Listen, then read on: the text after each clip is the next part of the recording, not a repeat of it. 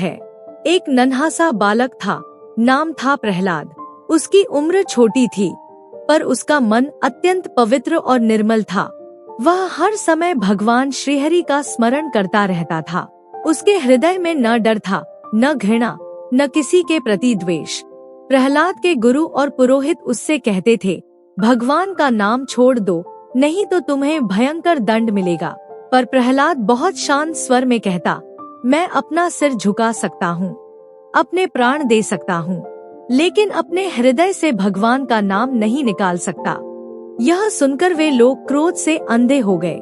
उन्होंने अपने मंत्रों के बल से कृत्या नाम की एक भयानक राक्षसी शक्ति उत्पन्न की। उसका शरीर अग्नि की लपटों जैसा जल रहा था। उसके पैरों के धरती पर पड़ते ही पृथ्वी कांपने लगी। कृत्या ने आते ही प्रहलाद पर त्रिशूल से जोरदार वार किया, लेकिन जैसे ही वह त्रिशूल प्रहलाद की छाती से टकराया, क्षण भर में वह जलता हुआ त्रिशूल टूट टूट कर जमीन पर गिर पड़ा।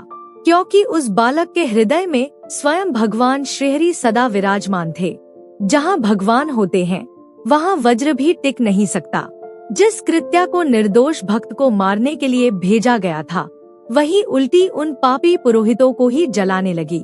देखते ही देखते वे सभी भूमि पर गिर पड़े। अपना काम पूरा करके कृत्या भी स्वयं नष्ट हो गई।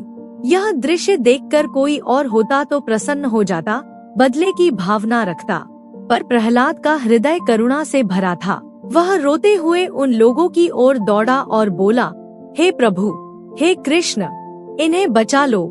उसने हाथ जोड़कर प्रार्थना की, हे सर्वव्यापी भगवान, यदि यह सत्य है कि आप सभी प्राणियों में समान रूप से निवास करते हैं, यदि यह सत्य है कि मेरे मन में अपने शत्रुओं के लिए भी कभी द्वेष नहीं आया, यदि यह सत्य है कि जिन्होंने मुझे जहर दिया, आग में जलाया, हाथियों से कुचलवाया, उनके लिए भी मेरे हृदय में सदा मित्र भाव रहा, तो इस सत्य की शक्ति से ये सब फिर जीवित हो जाए। इतना कहकर प्रहलाद ने उन मृत पुरोहितों का स्पर्श किया, और तभी वे सभी पुरोहित धीरे धीरे उठ बैठे। उनके चेहरे पर लज्जा थी, आंखों में पश्चाताप और हृदय में भक्ति। वे कांपते स्वर में बोले, धन्य है यह बालक, धन्य है इसकी भक्ति, इसकी करुणा और इसका सत्य। इस प्रकार प्रहलाद ने संसार को यह दिखा दिया कि जो दूसरों का बुरा करता है, उसका अंत स्वयं बुरा होता है, और जो अपने शत्रु को भी क्षमा कर देता है, वही सच्चा भक्त कहलाता है।